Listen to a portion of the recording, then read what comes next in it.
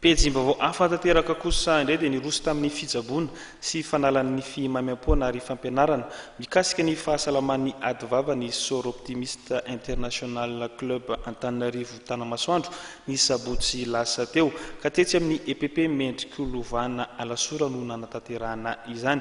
Izany koa ny fizarana fitaovam-pianarana sy boky nandritra ity hetsika ity.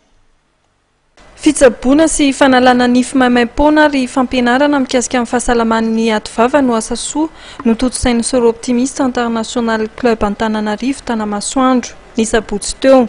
Ireo mpianatra amin'ny EPP Mendrik'Olovana Alasora no ny antefan'ny asa soa.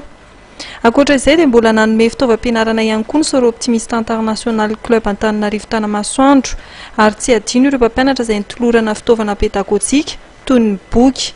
Nitarika ireo vehivavy mpikambana tamin'izany ny Flo Ramatoa Laurence Sandriantavy.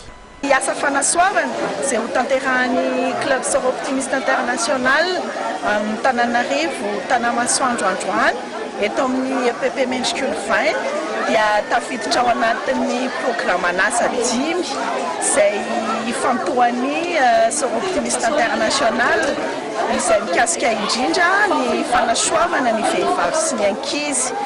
Ny tetikasa voalohany moa anatin'izay programme izay dia ny eo amin'ny lafiny fanabeazana, ny faharoa dia eo amin'ny lafiny fahasalamana, ny fahatelo dia eo amin'ny lafiny fahaleovantena ara-pivelomana ho an'ny vehivavy, dia ny fahaefatra dia ny ady amin'ny herisetra miatra amin'ny vehivavy sy ny ankizy izay ankalazaina manomboka ny 25 novambra ho avy izao hatramin'ny 10 desambra.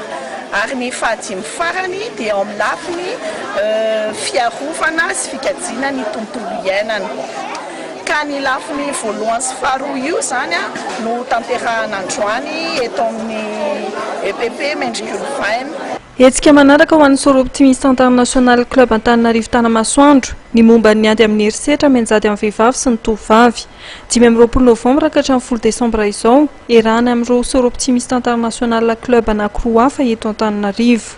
Ho an'ny Club Soro Optimiste International Antananarivo Tanamasoandro dia ny tetikasanay dia mifidy toerana anankiray izay izany hoe sekoly fanabeazana fototra ny fanjakana mandritra ny 2 taona ny tetikasa anankiray zany no atao eo amin'ny toerana eo ka voafidy zany nanomboka tamin'ny taona 2014 ny EPP Mendrik'Olovana dia mandritra ny 2 taona hatramin'ny 2014 zany izay no miasa eto.